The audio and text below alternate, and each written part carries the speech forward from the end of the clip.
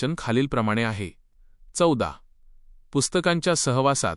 सुरुवातीला आमची घरची स्थिती बऱ्यापैकी होती, पण पुढे पुढे ती फारच हलाखीची झाली. माझ्या वडिलांना थोडंसं पेन्शन मिळत असे, पण मुंबईची राहणी आणि कुटुंबात बरीच माणसं सांभाळायची. त्यामुळे मला लागतील ती पुस्तकं आणून देणं हे आमच्या वडिलांच्या आटोक्याबाहेरचं असे. तरी पण होईल ती झीज सोसून माझी हौस पुरवायला ते नेहमी तयार असत. ही गोष्ट आठवली म्हणजे मला माझ्या वडिलांचा अत्यंत अभिमान वाटतो. असा प्रेमळ पिता फार थोड्यांना लाभत असेल. माझ्या अल्लड स्वभावामुळं मला त्यावेळी त्यांच्या प्रेमळपणाची किंमत कळली नाही.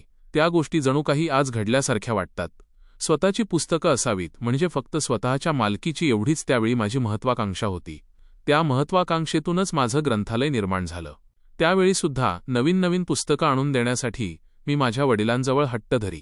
पण एखादं पुस्तक मागितलं आणि ते संध्याकाळपर्यंत त्यांनी कुठूनतरी आणून दिलं नाही, असं कधी झालंच नाही. माझ्या वडिलांचं अंतःकरण थोर यात शंकाच नाही. माझ्याकडून एखाद्या पुस्तकाची मागणी झाली की खिशात पैसे असोत नसोत, बहुतेक खिशात पैसे नसायचेच, आपलं मुंडासं काखोटीस मारून माझ्या वडिलांची स्वारी थेट बाहेर पडायची.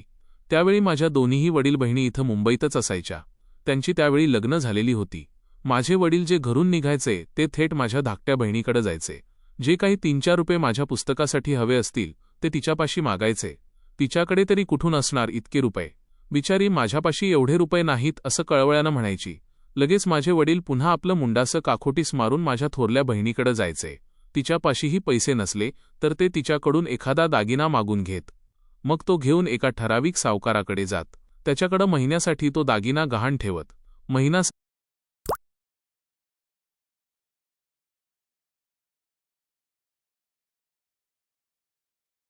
संपला आणि पेन्शन हाती पडलं की ते पुन्हा त्या सावकाराच्या घरी जात. तो गहाण ठेवलेला दागिना सोडवून आणून बहिणीला पोचता करत. माझ्यासाठी माझे वडील किती दगदग सहन करत, नाना तऱ्हांच्या अडीअडचणींना तोंड देत याची मला मात्र त्यावेळी मुळीच जाणीव नव्हती. समाजानं बहिष्कृत केलेल्या माझ्यासारख्याला थोर ग्रंथांनीच जवळ केलं. जगात त्यांच्या इतका परमस्नेही मला दुसरा कोणीही नाही. या ग्रंथांनीच मला आसरा दिला. म्हणून तर एकही पुस्तक दुसऱ्याला देणं माझ्या जीवावर येतं. मी एकदा वाचायला किंवा लिहायला बसलो की माझ्या साऱ्या शक्ती एकवटल्या जातात. मी रात्रभर वाचत वा लिहित बसलो तरी मला थोडासा देखील थकवा येत नाही. माझ्या विपुल वाचनामुळे माझी स्मरणशक्ती तल्लख आणि प्रखर झाली आहे. अमुक ग्रंथावरील महत्त्वाचं लिखाण अमक्या ठिकाणी आहे किंवा तमुक ग्रंथाच्या अमुक पानावर अमक्या ओळीवर हे वाक्य आहे असं मी सांगू शकतो. विद्या हे माझं उपास्य दैवत आहे. पुस्तकांच्या सहवासात शांत आयुष्य वेचण्यासारखा दुसरा आनंद नाही. पुस्तकं मला शिकवतात, मला नवी वाट दाखवतात. स्नेहीसोबती जोडण्याची कला माझ्या ठाई नाही, पण माणसांपेक्षा पुस्तकांचा सहवास मला अधिक आवडतो, ही गोष्ट मात्र खरी आहे. गरिबीच्या दृष्टीनं विचार करता आजच्या गरिबांतील गरीब विद्यार्थ्यापेक्षा माझी त्यावेळी मोठी चांगली स्थिती होती असं नाही. मुंबईच्या एका चाळीत 3 मीटर लांब व 3 मीटर रुंद अशा एका खोलीत आईवडील, अनेक भावंड यांच्यासह मी राहत होतो. अशा जागेत राहून एका पैशाच्या घासलेट तेलावर मी अभ्यास केला आहे. पुढं मी विद्याभ्यासासाठी इंग्लंडमध्ये गेलो.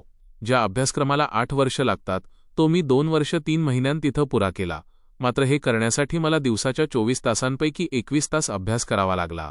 कोणताही मनुष्य सतत दीर्घोद्योगानं ज्ञानी होऊ शकतो हेच खरं.